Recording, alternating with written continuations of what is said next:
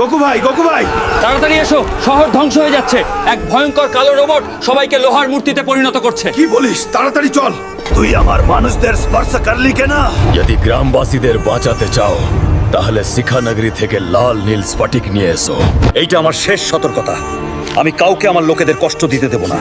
এত দূরে আমি দৌড়ে পৌঁছাতে পারবো না। হ্যাঁ, আমার বন্ধুকে ডাকতে হবে। সুপার বাইক যুদ্ধের ডাক।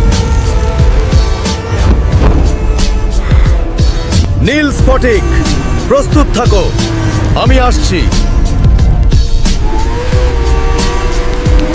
ফিরে যাও, এই নগরীতে কেউ বেঁচে ফিরে যায় না। এই নীল স্ফটিক নিতে এসেছিস? এখান থেকেই তোর মৃত্যু শুরু। এই স্ফটিক আমি নিয়ে যাব বই।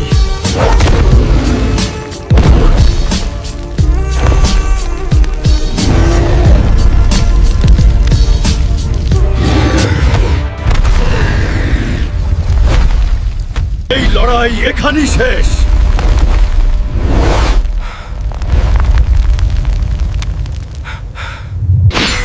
নাও, যা চেয়েছিলি। এবার আমার মানুষদের ঠিক কর।